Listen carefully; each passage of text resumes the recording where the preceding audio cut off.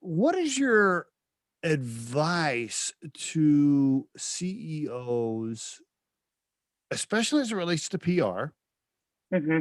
with this trend of speaking out on social media about sensitive topics and like taking sides on things, whatever it Yes. is, right? Like whatever the hot topic is of the day. You name it. I don't get politics, COVID, whatever, like whatever the buzz thing is for the week. Yes. And I see CEOs and sometimes the brands are like, okay, we're going to take a stance on this, and this week everybody likes blue, and we're going to come out and say we Hmm. like green, and I'm like, okay, Hmm. well, everybody feels like they got to take sides on whatever the issue is. What's your advice to what's your PR It advice to these it these CEOs for this stuff? it totally depends on your brand. So my first question is always why. Mm, Okay, yep. is this something that's important to you as an individual? Is it something that's important to the brand? Um, Right, because it could and be that those could be are two separate things, right? Two different That's things right. right there. Yep. That's right. Exactly. And if it's the CEO who says, "Well, I just can't stand it. I can't stand by," then we say, "Okay, so how closely tied is the CEO's brand to the company's brand?" Right. Right? And then we make a decision, and we make some recommendations based on that. Now, I do think another thing, which is uh, businesses are increasingly going to be inextricably tied to culture. However, larger brands have more bandwidth to manage backlash. Right. So if you're Nike and you want to make a statement, you have a team of Yeah. 200 PR and marketing people in Right. house, plus your agencies. Okay, so you have the bandwidth to, and you have probably actually already anticipated the bandwidth. To be Right. totally Yep. right, and you're ready for it. Yep. Yep. It's all a plan. And because you have 300 people in marketing and PR, you can create a plan Yep. in 24 hours. If you're a smaller brand and you can't take the risk, you need to think real carefully about why you're doing it and what the implications are and how you will set yourself up for success. Mm-hmm. Also, remembering that you may not get blowback today, you might get blowback in 5 years. Ooh, So that's another good point. when the winds of the tides change on opinions and things like that, and even things that seem exceptionally crystal clear to us, what we say today may be misunderstood or misinterpreted, even if we're on the right side of history, may be misunderstood or misinterpreted 5 years down the road. Great So point. got to really be thinking about why it is that we're doing this and how it is that we're going to do this. I'm not going to tell anybody no. I'm just going to say, here are the potential considerations that you should take as a brand. And those considerations are going to be unique to the business, to the consumers, right? I mean, and people are sensitive to it on different levels. So you just really have to look at who your audience is. Are you public? Are you private? Are you, how big is your brand? How ready are you for flashback? I mean, all those things, and make a decision. I wrote a blog post a couple of years ago, stand by your brand. I think Taco Bell had done a tweet that was tongue in cheek, a little off color, but completely on brand for their social presence at the time. Okay. And my take on it was that this tweet at the time got them a ton of press and a ton of coverage. Didn't hurt anybody's feelings. Didn't create any brand valuation problems.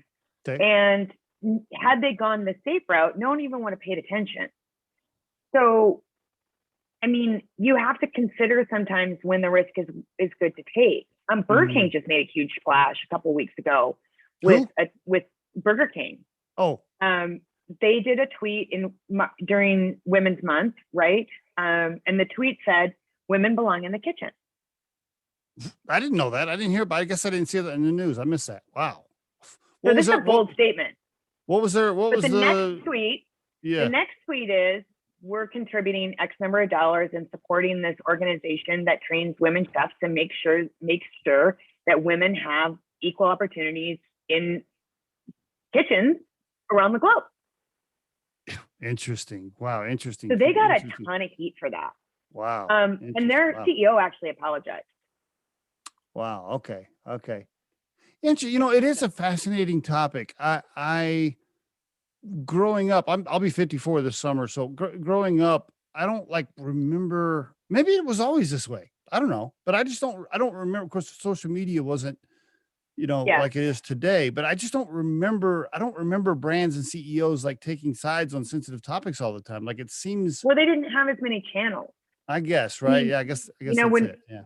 when we were kids, there was 3 television channels and PBS. Right. There was the local radio stations, right? You know, now there's the number of outlets, you know, from bloggers to podcasters to social media to Yes. the traditional media. I mean, there's a platform for you to stand on. Look at what we're doing today, right? Mhm. Yep. All of these things provide an opportunity for people to raise their profile, to be leaders in the world or in their industry, but they also provide an opportunity for us to slip and slide. So the accessibility, right? CEOs didn't ever go directly to the press. That would like never happen. But a CEO today pulls out his phone and starts tweeting, and the entire PR team is having a stroke, but he's doing it anyway. Who's gonna, you know, I mean, this happens. So All the time. Yeah, the accessibility of it all makes it very different today, and fast You know moving. You know what I think when I see a CEO do something like that, like make a comment on something? I always think to myself, listen, man, I just want to call the guy up and go, or girl, woman, whatever. I just want to call him and go, listen, do me a favor. Just make your product, make it good quality, make it at a good price, and get it to my house when you're supposed to. That's it. Like, I don't give a shit what you think about anything. Just sell me a good product on time and deliver it. Yeah, you know, I also think it's interesting because you and I aren't too terribly far apart in age, but I also think it's a little generational. Younger people are expecting leadership on social impact, cultural and environmental issues from businesses. And if they aren't hearing that, then they are less inclined. So isn't that interesting? Really about noticing your audience. I find that fascinating, and I hear that all the time. I hear that all the time, and I have 2 millennial sons, and so there you go. So I'm always talking to them about that, right? I'm always like, so like when you buy a pair of shoes, do you like give a crap about what their quote cause is, or like do you just want it to be at a good price and good quality? Because in my old man vision, I'm like, I just want good price, good quality, delivered on time. I don't care about anything else. and I'm always picking their brain. I'm like, so tell me, what is it like is that like important to you? So, okay, they got a really cool but it cause is for them because it's part of their identity. It is, right? So it right? is, yeah. It's sort of like, do you remember when we were kids and for the first time we were wearing T-shirts with brands on them, or, you know, like, yeah. Okay. And remember how people were just amazed that we would give these companies free promotions all the time just by walking around with their logo on our chests or on our back. Yeah. Okay. It's not weird that the millennial generation has taken it the next step, which is, if I'm going to put this on my body and I'm going to represent, then I want to know what I'm representing. I actually think there's an authenticity there that our generation completely missed. We were just like, it's cool, we like it. Yep, agreed. You know? Yeah, can't argue with that. I definitely can't argue with that. You know, it's a good point. It's a good point. Yeah. It's I do love millennials for that. I do love the fact that, and I hate to I don't want to like pick on millennials, right? But I love the fact that younger people in general, I feel like they do want to have some other connection of some kind, right? Yes. But I also love the fact that they they do better at balancing their lives, right? Like work-life balance and wanting to be about something besides working 80 hours a week. And when I grew up, you know, in the 80s, it was like, okay, how many hours can you work? I can outwork you. You can outwork me. And that was all that mattered. Like there was no work-life balance. So this is another thing. So we grew up in a time where we were just sort of edging up against that idea that if you put in really a lot of work and you really gave it your all, that, you know, the company would take care of you. Now we're entrepreneurs. So, but part of what pivoted me on my entrepreneurial journey was watching my dad take the buyout from IBM, because IBM was completely pivoting and trying to get away from, get people who like my dad, who had worked there 30 years, didn't have any value anymore. Yeah. And so when looking at that, I said, oh, wow, you know, I was a teenager, and so you can give your whole life and make someone else a billionaire. And then at the end of the day, they're going to go, thanks. Yep. Thanks. Thanks. See ya. So millennials have said, whether they work for someone else or whether they work for themselves, millennials have said, it's cool. I understand the difference between those two opportunities. But you don't get all me. And they also have had to draw lines because they're accessible in a way that, you know, used to be, I would leave work.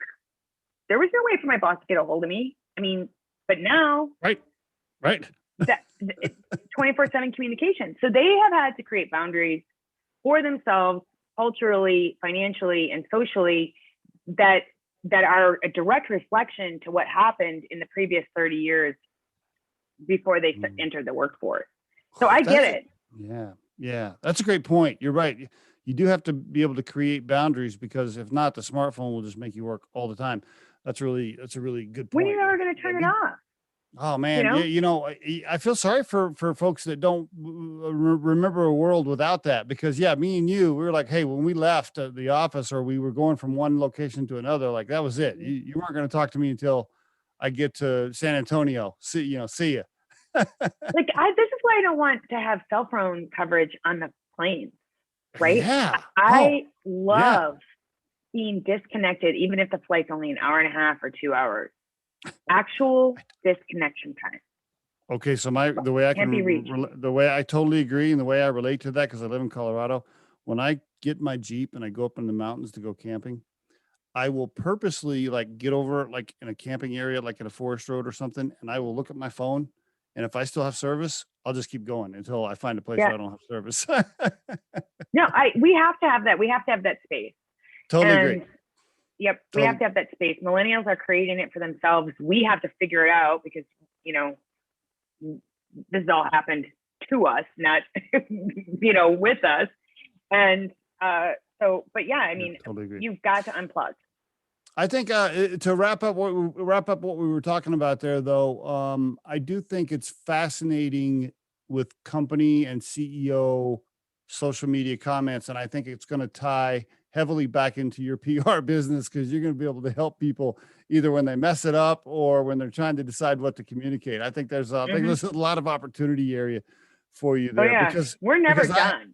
I have friends that own businesses, and I see some of the shit they put online, and I'm like, I'll call them up and be like, what are you doing, man? Like, you're this goes back to, I can't care more about your brand than you do, though. You know, I mean, I see people do and say things. And I think, well, you're entitled to do that. I mean, I'm not going to say that you can't, but what I am going to say is if you haven't thought through, I mean, I have I weigh in on some controversial topics on occasion, but I think very clearly about what happens if a potential client sees this. What happens if, what's the message I'm trying to send by making this statement? And if I'm okay with it, since I own my own business, since I don't have any business partners, then I can manage that. But I always think about what happens if someone stumbles on this 5 years from now. Where am I going to be? Where am I going to be? So I do a little checklist in my own head before I say anything. I do too. I do too. I'll even go as far, and my wife's going to be mad because I said this. Sometimes my wife will put something online, and I'll go upstairs and I'll be like, what are you doing? Take that off of your Facebook right now. You have to think about it. By the way, for the listeners, not that I can control what my wife puts on Facebook, because she can do whatever she wants, but I will ask her politely to maybe take something down. It's hard. I think it's hard Look, I have 13 nieces and nephews. So, and the youngest is 13 and the oldest is 32. So there's a wide swath of opinions there. And on occasion, I'm surprised by some of their viewpoints. And so it's hard. It's hard that we all know that we're all interconnected, or it's an oddball world that we live in, but we can only take responsibility for ourselves. If you think today's tip or guest interview can help someone you know, please share this with them. If you've enjoyed today's episode, please subscribe to our channel and hit the like button. The Riderflex podcast features entrepreneurs, business executives, and the stories behind how they got there, as well as daily tips on career advice and job interviewing. You can visit riderflex.com to learn more about us and get information and pricing on the recruiting and consulting services we provide. Thanks so much for listening and have a great day.